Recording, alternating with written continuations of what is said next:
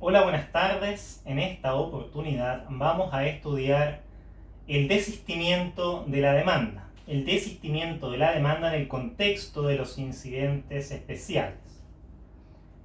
En cuanto a su concepto, en cuanto al concepto del desistimiento de la demanda, debemos señalar que se trata del retiro voluntario de la demanda por parte del actor una vez que ésta ya ha sido notificada al demandado. El desistimiento de la demanda, reitero, es el retiro voluntario de la demanda por parte del actor una vez que la demanda ya ha sido notificada al demandado. En cuanto a su oportunidad, debemos señalar que en primera instancia el desistimiento de la demanda puede formularse desde notificada la demanda hasta la citación a las partes para oír sentencia. Esa es la oportunidad o el momento procesal que poseen las partes que posee la parte, en este caso el actor, para poder desistirse de su demanda. Reitero, desde notificada la demanda hasta la citación para oír sentencia, es decir, hasta el momento en el cual inicia la etapa de sentencia, la etapa de fallo dentro del procedimiento. Y en segunda instancia, el desistimiento de la demanda puede promoverse hasta antes de la vista de la causa. O sea, hasta la vista de la causa es posible desistirse de su demanda. Bien, en cuanto a la tramitación no hay mucho que decir, dado que el desistimiento de la demanda se tramita de acuerdo a las reglas de los incidentes. Se tramita de acuerdo a las reglas generales de los incidentes, es decir, aquellas consagradas en los artículos 82 y siguientes del Código de Procedimiento Civil. Veamos ahora la naturaleza jurídica de la sentencia. La naturaleza jurídica de la sentencia que falla este desistimiento de la demanda. Aquí hay que distinguir si se acoge por un lado el desistimiento y por otro lado si se rechaza el desistimiento. Si se acoge el desistimiento, vamos a estar en presencia de una sentencia interlocutoria de primer grado. Una sentencia interlocutoria de primer grado en función de la categorización que nos entrega el artículo 158 del Código de Procedimiento Civil. La sentencia interlocutoria de primer grado es aquella que falla un incidente entregando derechos permanentes en favor de las partes. En cambio, si la sentencia falla en contra del desistimiento, o sea, se rechaza el desistimiento, la doctrina discute en torno a si esa resolución es en realidad un auto, es decir, solamente falla un incidente sin otorgar derechos permanentes a las partes, o bien se trata de una sentencia interlocutoria de primer grado. Los que sostienen que en realidad se trata de una sentencia interlocutoria de primer grado señalan o propugnan que también nace un derecho permanente en favor de las partes. ¿Cuál es ese derecho? Es un derecho negativo, un derecho en torno a no poder volver a interponer el desistimiento de la demanda o no poder volver a solicitar el desistimiento de la demanda. De acuerdo a estos autores, eso sería en realidad un derecho permanente en favor de las partes. Sin embargo, resulta más propio hablar de que se trata de un auto, dado que tan solo está fallando un incidente sin entregar derechos permanentes en favor de las partes. De todas maneras, esta discusión en torno a la naturaleza jurídica de la resolución que rechaza el desistimiento de la demanda no es para nada pacífica dentro de la doctrina jurídico-procesal nacional. Bien, veamos ahora cuáles son los efectos del desistimiento.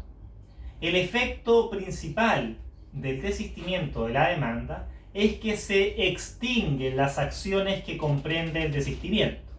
El efecto principal es que se extinguen, claudican, precluyen, terminan todas las acciones que comprende el desistimiento. El efecto principal es que se extinguen, reitero, las acciones que comprende el desistimiento. Ahora, tanto respecto de las partes como también respecto de todas las personas a las que hubiera afectado la sentencia del desistimiento, la sentencia que se hubiera dictado en caso de no operar el desistimiento. Entonces reitero por última vez esta idea en torno a los efectos del desistimiento.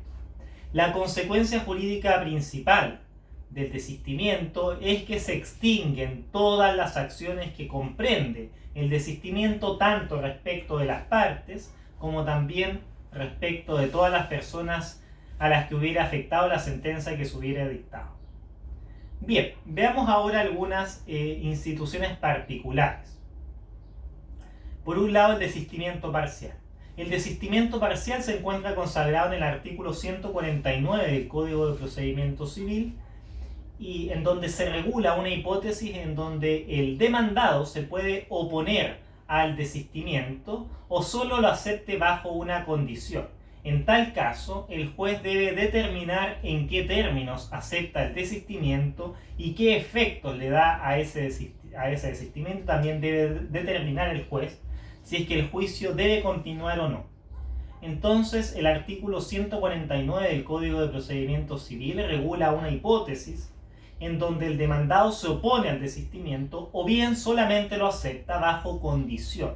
En tal caso, el juez debe determinar bajo qué términos se va a aceptar ese desistimiento. También debe determinar cuáles serán los efectos de ese desistimiento particular y por último debe señalar o determinar si el juicio continúa o no continúa. Bien, y por último veamos la institución que es el desistimiento, ahora no de la demanda, sino que el desistimiento de la reconvención o el desistimiento de la demanda reconvencional. Esta se encuentra inscrita en el artículo 151 del Código de Procedimiento Civil.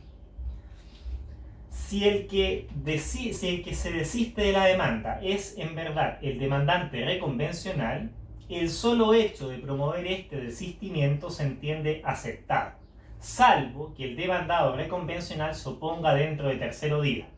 O sea, fíjense, si el desistimiento ahora no recae sobre la demanda, sino que el desistimiento recae sobre la reconvención o sobre la demanda reconvencional, el solo hecho de promover ese desistimiento, el tribunal lo va a entender aceptado, a menos que el demandado reconvencional, o sea, el sujeto activo de la relación jurídica principal, se oponga dentro de 3 días. Si se opone, recién ahí se va a generar un incidente, el cual debe tramitarse de acuerdo a las reglas generales y debe ser resuelto en la sentencia definitiva. Y ese incidente debe ser resuelto en la sentencia definitiva. Reitero esta última idea. El demandante reconvencional puede desistirse de su demanda reconvencional y en tal caso se va a entender aceptada, a menos que dentro de los 3 días siguientes a la deducción de este desistimiento, el demandado reconvencional se oponga. En tal caso se va a generar un incidente, el cual debe resolverse en la sentencia definitiva. Bien, con ello entonces damos por concluido esta cápsula en torno al estudio del desistimiento de la demanda. Espero les haya servido estas explicaciones y nos vemos en una próxima oportunidad. Hasta pronto.